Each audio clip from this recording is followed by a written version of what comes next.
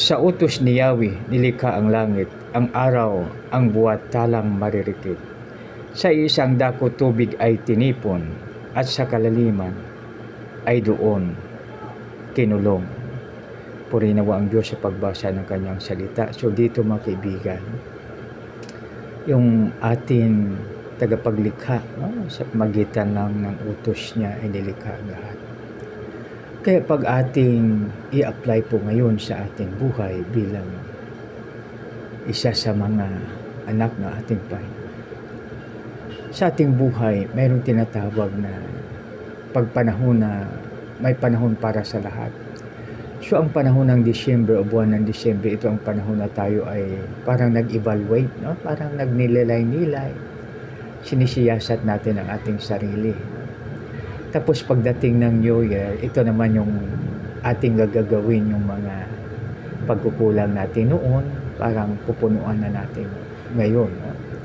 So, yan mga kaibigan. So, halimbawa sa sobra, no? So, halimbawa sa evaluation natin sa ating pagmuni-muni sa December, halimbawa sa ating duty bilang isang tatay o kaya isang nanay, isang magulang. No? So, unahin po natin ang tatay. So, halimbawa sa tatay o kaya sa asawang lalaki. Parang imuni-muni, ano, nagkulang ba po ako sa aking pamilya? Nagsobra po ba ako sa aking pamilya? No? So, ibig sabihin na tulad sa tinatawag natin na financial matters, no? So, ano ba sabihin po ng tatay, nagkulang po ba ako sa financial matters? O nagsobra po ba ako sa financial matters? No? So, bakit natin ititanong yan? No? Kasi alam mo mga kaibigan, lahat na sobra ay masama din po. No? Pinapractice po natin.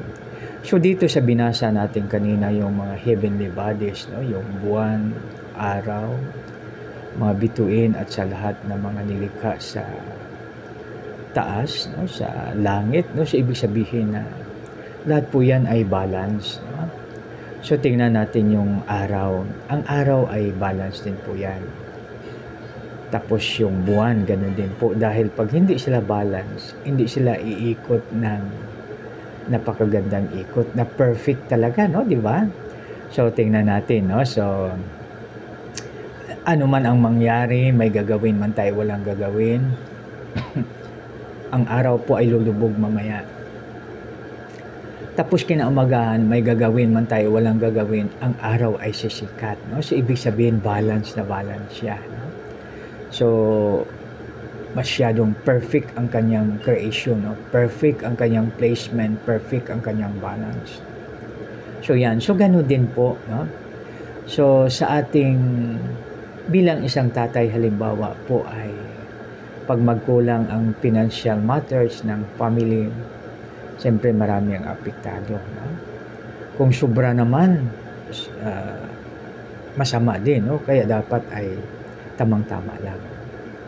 Kasi alalahanin po natin, lahat na sobra ay masama. No?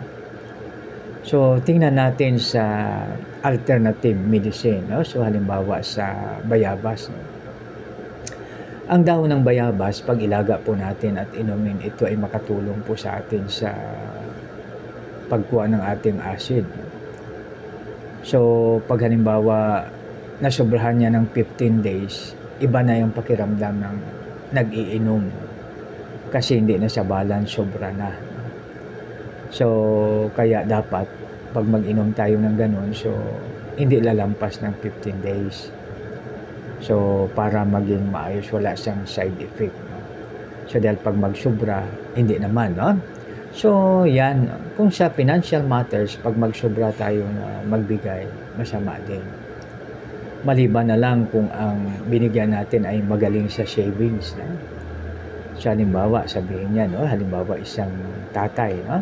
So, ang isang tatay, i-budget niya po yung baon ng kanyang anak. No? So, halimbawa, mayroon siyang 4 na nag-aaral. No? So, magkano ba yung standard na tamang-tama lang po sa anak kung may pamasahe, maliban na lang kung may service. No?